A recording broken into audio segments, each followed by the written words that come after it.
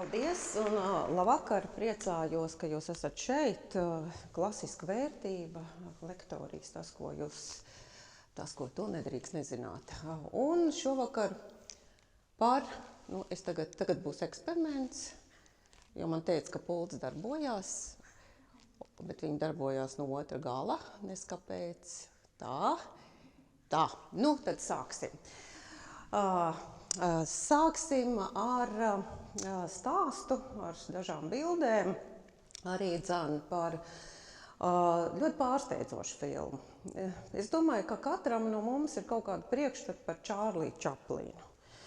Iespējams pusaizmirsti, iespējams nepārāk, varbūt interesējoši, komiķis no seniem laikiem, no mēmā kino ēras un tā tālāk un tā joprojām. Bet fakts, ka šovakar mums ir iespēja skatīties filmu Rampas ugunis, ir savā veidā gan unikāls, gan pārsteidzošs, jo tas ir pilnīgi cits Čārlijs Čaplins, ne tas Čārlijs Čaplins, kas ir iesēdies manās bērnības atmiņās, varbūt jūsu bērnības atmiņās. Tas nav komiķis Čārlijs Čaplins, tas nav Čārlijs Čaplins savā vispopulārākajā un kanonizētākajā veidolā, proti klaidoņa tēlā. Tas ir Čaplins briedumā, laikā, kad viņš filmējās šai filmā, laikā, kad viņš režisēja šo filmu, viņam jau bija pāri 60. Un šī filma, kas tapusi 1952. gadā, ir gan sentimentāla, gan dramatiska, gan ārkārtīgi jaudīga, kā stāsts par jaunību, par novecošanu, par skatuvi, kas daudz vairāk ir piemērota jauniešiem, ne senioriem. Tātad būtībā tas ir stāsts par vecuma traģēdiju, par skatuves mākslinieku traģēdiju, par mīmu traģēdiju, par komiķu traģēdiju, savā veidā arī par Čārliju Čaplinu personīgo traģēdiju. Stāsti, kas saistās ar šo filmu, ir ārkārtīgi interesanti. Tur ir daudz politisko intrigu, daudz sazvērestības teoriju, pie tā mēs vēl nonāksim, bet tieši šī filma ir tiešām ārkārtīgi neparasts piedāvājums, kā paskatīties gan uz tēmu, kuru akcentē šis lektorijas, slava, skatuve, tās blaknes, gan slavas, gan skatuves, gan arī kā paskatīties uz Čārlija Čaplina mītu. Un tagad mazs flashbacks vai retrospekcija atpakaļ pagātnē. Čārlijs vai Čārls Čaplins ir britu mākslinieks, dzimis 19. gadsimta izskaņā, 1889. gadā, un būtībā viņa bērnība un agrīna jaunība paiet Londonā, paiet diezgan skarbos apstākļos. Čārlijs Čaplins vai Čārls Čaplins ir talantīgu mākslinieku bērns, vodeviļas mākslinieku bērns, bet viņa tēvs ir alkoholiķis, kurš nomirst 38 gadu vecumā. Viņa māte tiek izolēta psihiatriskajā klīnikā, un jau ļoti agros tīņa gados Čārlijs Čaplins vai Čārls Čaplins ir atbildīgs par sevi šai pasaulē. Paldies Dievam, Dievs viņam ir devis sīkstumu un talantu. Viņš agri pierāda savas unikālās spējas, komiķa spējas, skatuves mākslinieka spējas. Un jau ap 1910. 12. gadu viņš ar ceļojošu britu teātra trupu nonāk Amerikā. Un tur aizsākās Čārlija Čaplina karjera, un tur aizsākās viņa absolūti fenomenālā slava. Pirmo reizi Čaplins parādās savā kanonizētajā tēlā, klaidoņa tēlā, filmā, kas top 1914. gadā, Bērnu autosacīks Venecijā. Tā nav Itālijas Venecija, tā ir Venecija Amerikā. Tas nav slaids no šīs filmas, tas ir slaids no citas filmas, bet būtībā šajā 6 minūšu īsajā filmā Čaplins pirmo reizi uzvelk to slaveno katliņu, to jocīgo žaketīti, tās nošlukušās bikses un arī piedāvā to unikālo plastiku, kas tad ir raksturīga viņa tēlam, klaidonim. Apmēram ap 2020. gadiem Čaplins ir jau fenomenāli slavens, ārkārtīgi populārs. Viņš jau ir nomainījis vairākas kompānijas, filmu studijas, viņš pats iesaistās savu filmu režijā, bet tās visas pagaidām ir tikai īsfilmas. Un 1921. gadā top viņa pirmā pilnmetrāžas filma. Un tā top arī kā tāds liels izaicinājums pašam Čaplinam, un arī kāpēc izaicinājums? Tāpēc, ka viņam ir jācīnās arī ar neticību, vai tiešām viņa varonis, šis klaidonis, spēj iznest pilnmetrāžas filmas garumu un arī, teiksim, pilnmetrāžas filmas dramaturģisko nepieciešamību, ja tā var teikt. Īsfilmas, gegi, joki, triki, tas ir viens stāsts, ir sevišķi, ja šīs īsfilmas ir līdz 10 minūšu garas, savukārt pilnmetrāžas filmām ir pilnīgi citas prasības, pilnīgi cits uzstādījums. Un Čārlijam Čaplinam tas izdodās, filma Mazulis, kas, protams, ir mēmā filma, jo jūs zināt, ka līdz 1927. gadam Holivudā kino ir mēms. Šī filma ir vēl jo lielāks Čaplina sasniegums un vēl jo pamatīgāk nostiprina viņa slavu.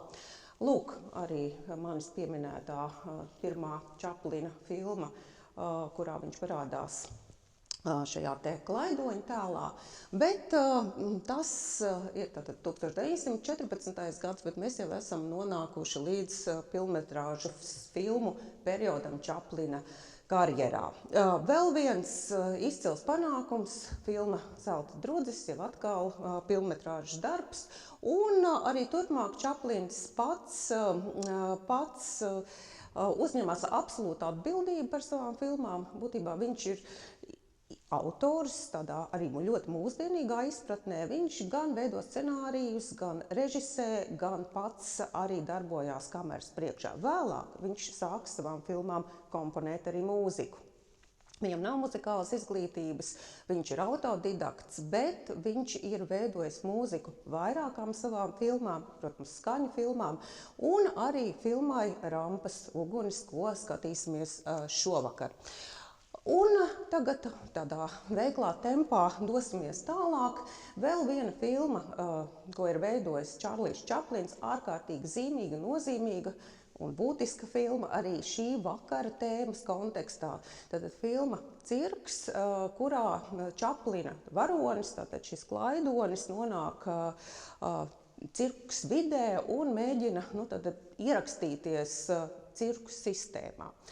Un šī filma ir saistīta ar dažādām likstām un nelaimēm, paša Čaplina dzīvē, privātās dzīves skandāliem, ugunsgrēku, kurā iet bojā filmas rekvizīti un dekorācija, bet neskatoties uz šo visu ļoti smago tapšanas periodu, šī filma ir ārkārtīgi nozīmīga arī kā mēģinājums Čārlijam Čaplinam reflektēt par to, kas ir būt komiķim, kas ir iekļaušanās sistēmā, kādas ir performances, likumības.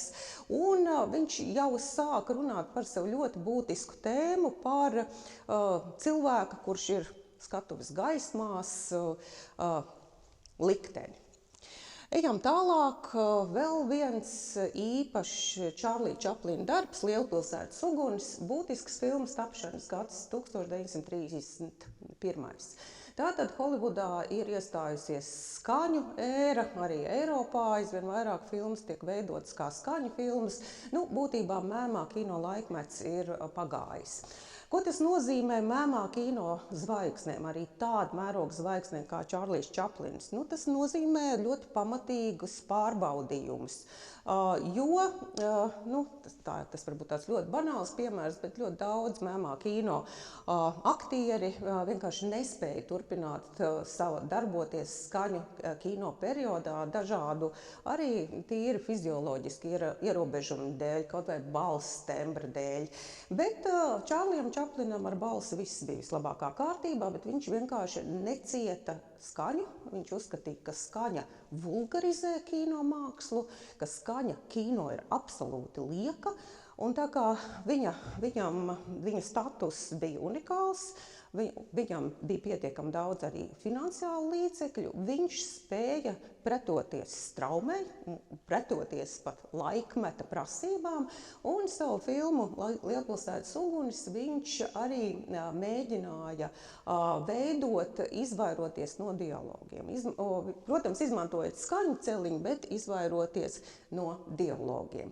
Un līdzīga piesardzība pret runāto vārdu un dialogu bija arī nākamajā filmā, kas jau top tādā īstā skaņu ērā, 1936. gadā. Tā ir viena no slavenākajām Čaplina filmām, brīnišķīga, smieklīga komēdija, kurā Čaplins runā par ārkārtīgi nozīmīgām lietām. Būtībā tas ir tā ir antikapitalistiska patosa piesātināta filma, stāsts par mašinēriju, kapitālistu mašinēriju, kas samaļ pazudina cilvēku. Skan briesmīgi un fatāli, bet Čārlijs Čaplins šo komplicēto tēmu izrisina ārkārtīgi eleganti un neprātīgi, asprātīgi un smieklīgi. Un viņa nākamais darbs būtībā ir darbs, kas viņam pēcāk sagādāja ļoti daudz politisku problēmu. Mūsdienās skatoties, kādas var būt politiskas problēmas, ja top filma Lielais diktators, filma, kas ir antinacistiska, filma, kas ironizē, izsmej, faktiski ļoti asprātīgi iznīcina autoritāru režīmu un Hitleru. Jo, protams, Čaplina galvenā varoņa Hinkeļa prototips šajā filmā ir Adolfs Hitlers.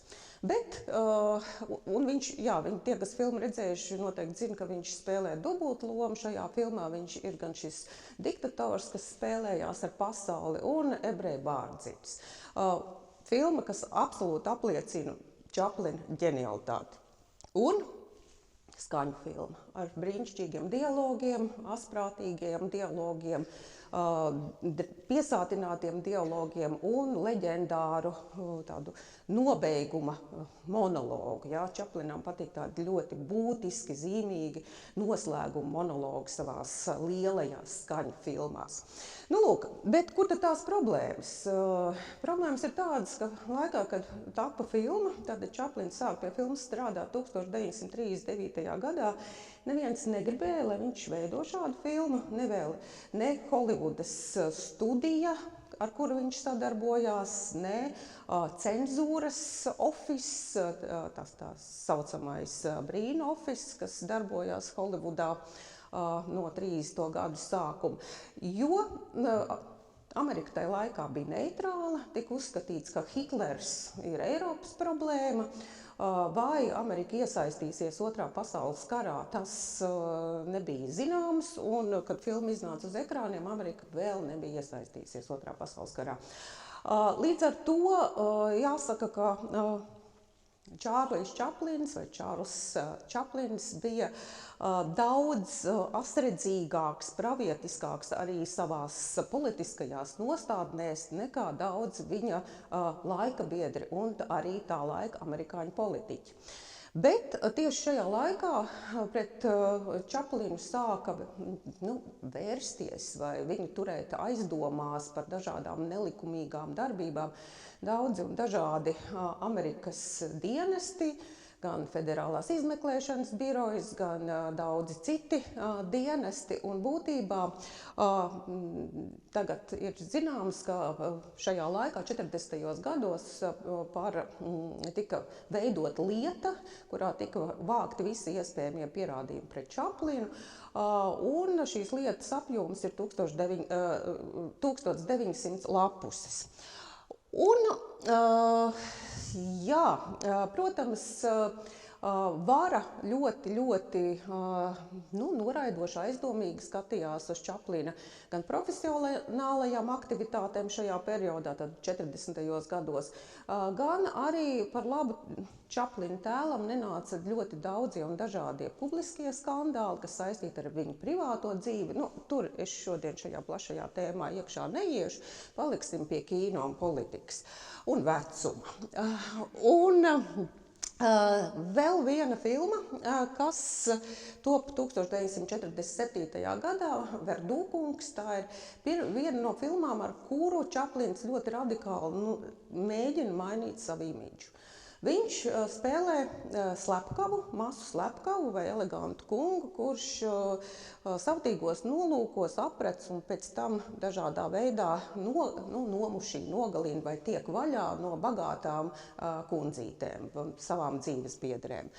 Protams, šai filmai arī nebija nekāda brīnišķīga publicitāte, jo Amerikā 40. gadu beigās Čaplina figūra vairs nebija īpaši viennozīmīga. Ja? Tas vairs nebija plašo masu izklaidētais, brīnišķīgais, smieklīgais klaidonis. Tas bija jau ļoti politiski neparedzams, sarežģīts, ļoti neatkarīgs mākslinieks, kurš vienmēr ir apgalvojis, ka viņš ir pasaules pilsonis.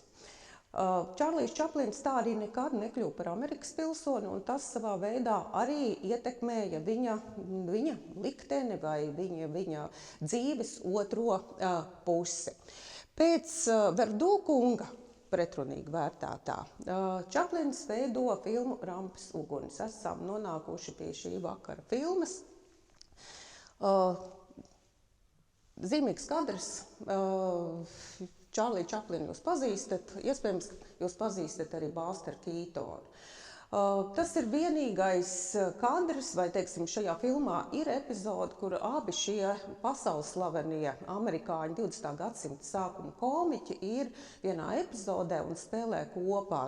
Keitonam filmā ir ļoti maza loma, bet tā loma ir ārkārtīgi zīmīga, jo pasaules kino vēsturē nereti salīdzina 20. gadsimta sākuma amerikāņu komiķus, un tad daudz uzskata, ka Čaplins ir varbūt nebūtu ne tik izcilākais un daudz izcilāks un nenovērtētāks ir Busters Keitons, bet es domāju, arī šī tēma šobrīd nav aktuāla. Tie ir divi izcili talanti, kas ir satikušies šajā smalkajā, dramatiskajā filmā par komiķiem, senioriem. Vēl viena brīnišķīga aktrise, kuru Čaplins atrod Lielbritānijā, tā ir Klēra Blūma. Viņa starp citu vēl joprojām ir dzīva, vairāk nekā 90 gadus veca dāma, cerams, ka arī vesela. Un viņa spēlē šajā filmā baletdejotāju. Cīkāks nianses tūlīt redzēsiet. Un vēl viens būtisks personāžs šajā filmā, bilde nav īpaši tehniski kvalitatīva, bet nebija viegli atrast. Tas ir Čaplina dēls, Sidnijs Čaplins. Viņam ir, kā jau teicu, viņa privātā dzīve ir gara un sarežģīta. Šis ir viņa dēls no otrās sievas, Litas Grejas, un šis Sidnijs Čaplins bija profesionāls aktieris. Viņa gan slavenākā loma ir tieši šajā filmā, bet viņš ir daudz pēcāk spēlējis Brodvejā. Tā kā uz skatuves savā veidā viņš ir mantojis arī savus talantus no sava pasaules slavenā tēva. Un Sidnijam Čaplinam šajā filmā ir pamatīgi liela romantiska loma. Nu, lūk, bet pirms mēs pievēršamies varbūt pašiem noslēguma kadriem, vēl daži vārdi par šo filmu, ko te tā nozīmē Čaplina dzīvē. Būtībā Čaplins uzņēma filmu Rampas uguns, uzņēma to Amerikā un devās uz Eiropu reklamēt šo filmu, piedalīties filmu pirmizrādēs Eiropā, un ar to arī viņš pielika punktu savai dzīvei Amerikas Savienotajās valstīs. Jo kamēr Čaplins bija Eiropā, Amerikas dienesti atņēma viņam uzturēšanās atļauju. Būtībā viņam vairs nebija juridiska pamata, lai pēc filmas Rampas uguns pirmizrādes Eiropā atgrieztos atpakaļ Amerikā. Jā, protams, Čaplinam, kuram bija bizness, māja, kurā viņš bija nodzīvojis 30 gadus, kuram bija jauna ģimene, 4 mazi bērni, viņam tas bija ļoti tāds liels un pamatīgs trieciens. Jo līdz pat sava mūža izskaņai, Čaplins aizgāja mūžībā 1977. gadā, 88 gadu vecumā, viņš kopā ar savu ģimeni dzīvoja Šveicē. Un kā rakstīts dažādos tekstos, protams, jā, ārēji šī dzīve bija absolūti harmoniska, bet tās ilgas pēc intensīvas radošās darbības, protams, Čaplina sajūtās bija klātesošas. Vienreiz gan Čaplins ieradās pēc šī 1952. gada Amerikas Savienotajās valstīs, lai saņemtu goda Oskaru, tas bija 70. gadu sākumā, bet būtībā viņa attiecību stāsts ar Amerikas Savienotajām valstīm bija ārkārtīgi komplicēts. Un Rampas uguns tam pielika tādu treknu punktu. Filmu Amerikā faktiski neizrādīja. Šajā 50. gadu sākumā filmai, ja kāds to pieminēja, tad šī Čaplina, tā sliktā slava vai tā sabojātā publicitāte visur vilkās līdzi, bet Eiropā filma bija ārkārtīgi populāra un tā tiek uzskatīta par vienu no komerciāli veiksmīgākajām Čaplina filmām tieši Eiropā. Un vēl ir tikai 2 slaidi. 2 filmas, filma Karalis Ņujorkā, kuru Čaplins arī kā režisors filmēja Eiropā. Šeit viņš arī mēģināja ironizēt par slavenību vai karali. Viņš pats spēlē šo karali, kurš ir izraidīts no savas valsts, tā kā arī tā mēģināja reflektēt par savu likteni un ļoti skarbi reflektēt arī par Amerikas Savienotajām valstīm. Un pēdējā noslēdzošā Čaplina filma, kurā viņš pats nav kadrā, šis ir darba moments, viņš ir šīs filmas režisors, viņam līdzās ir brīnišķīgā itāļu aktrise Sofija Lorēna, filmā spēlē arī Marlons Brando. Tātad tas ir tāds skaists, grezns punkts Čārlija Čaplina režisora karjerai. Starp citu, arī visām šīm filmām viņš pamatā ir scenārija autors, viņš ir arī mūzikas autors, faktiski multimediāli, absolūti unikāla un ģeniāla personība. Un, ja viņa laimīgā ģimene ar amerikāņu dramaturga Eugene O'Neill meitu Ūnu, viņiem abiem kopā bija 8 bērni. Šī ģimene tad arī dzīvoja Šveicē līdz pat Čārlija Čaplina aiziešanai mūžībā. Lai jums labas Rampas ugunis, man liekas, absolūti brīnišķīga filma. Es gan pagājušajā nedēļā skatījos, tā kā šoreiz neskatīšos. Paldies!